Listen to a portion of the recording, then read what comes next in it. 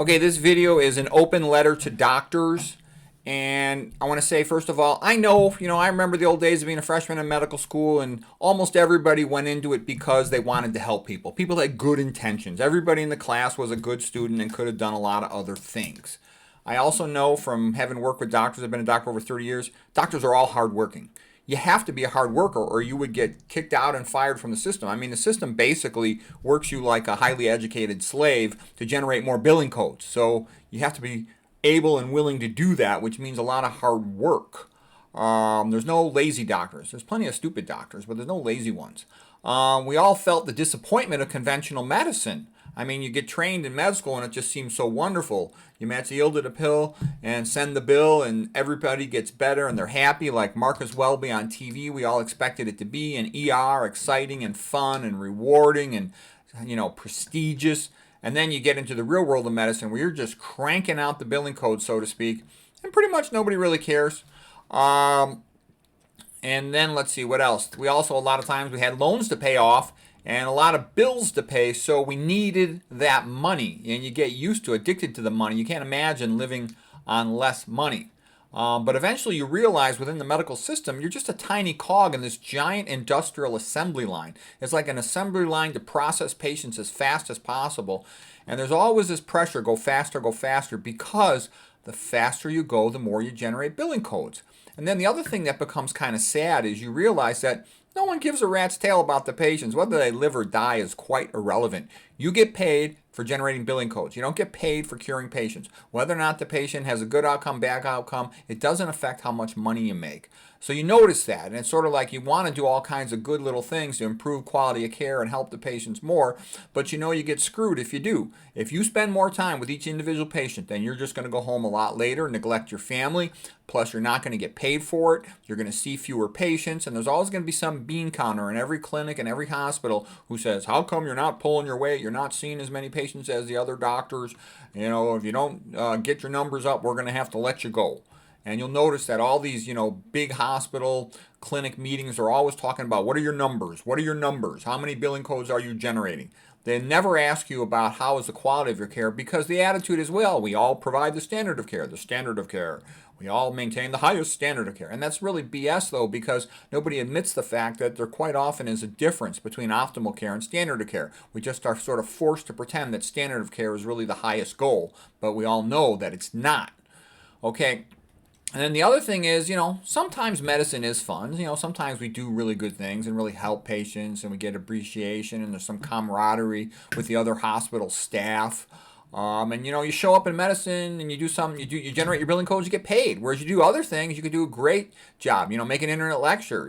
For example, my channel's not monetized. I don't make a cent from it. And you could do a lot of other good things in this world and not get paid at all. At least in medicine, you get paid. And if you do what you're supposed to, the job security is reasonably good compared to most other fields. Okay, most other jobs, though, you have very little job security. Okay, and so if you go part-time in medicine, you have very little job security. So why is conventional medicine so weak? Because we went through it with all these high expectations and initial hopes, and initially it was promoted in that way. Then you realize it's a joke. These chronic disease patients never get better. These diseases are called chronic: diabetes, hypertension, obesity, coronary artery disease, etc., cerebral vascular disease, because they're chronic and the patient never gets better.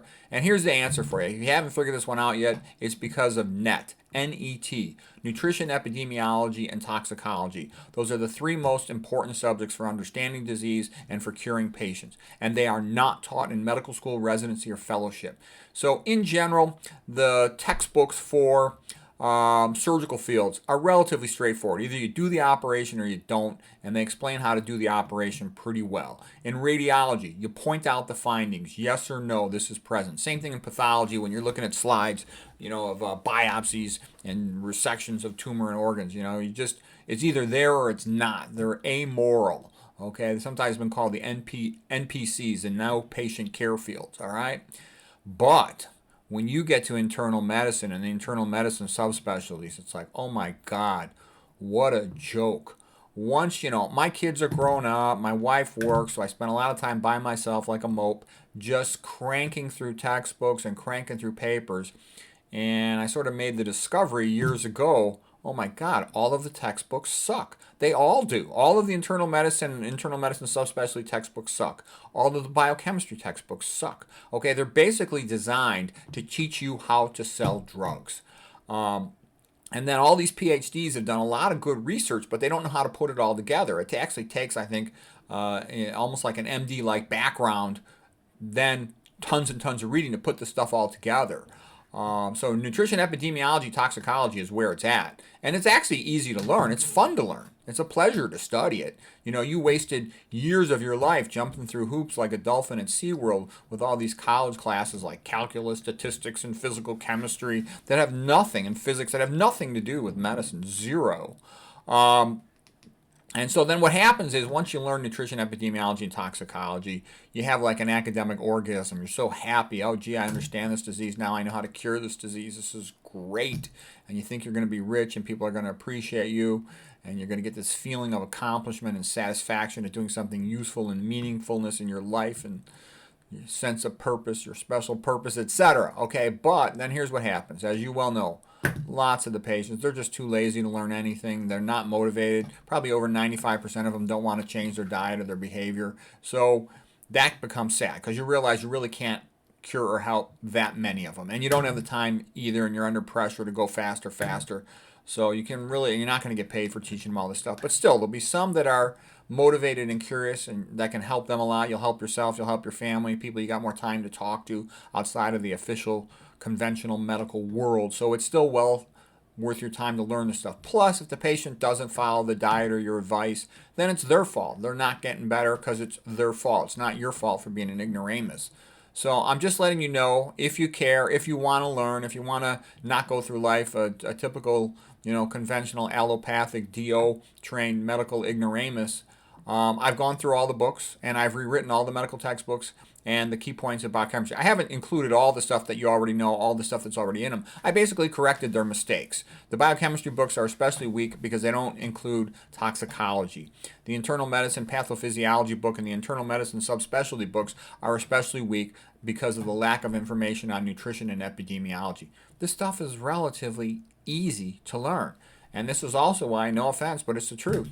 You get any health coach who spends a month of time studying this stuff and really devotes himself to learning it, they will know more about understanding disease causation, prevention, and successful treatment than will a doctor who's fully boarded, double boarded, fellowship trained, triple boarded. So I find that rather amusing. A lot of these health coaches, they know a lot. So anyways, if you want, here's my book. And you don't have to buy it. I mean, if you can buy it if you want. I kind of screwed up, as I said in an earlier video, that there's only the full version that's cost around $100. But there's a Kindle version. And, in the future, I'd like to make a JPEG version, but it's screwed up because I can't make the same version in the JPEG because of the file sizes and the page numbers. They won't let me. So basically, though, what's my point? I'm going to make a video of every chapter in the book. So you can just watch my videos and you can learn it without having to buy the book. You can get all this information for free.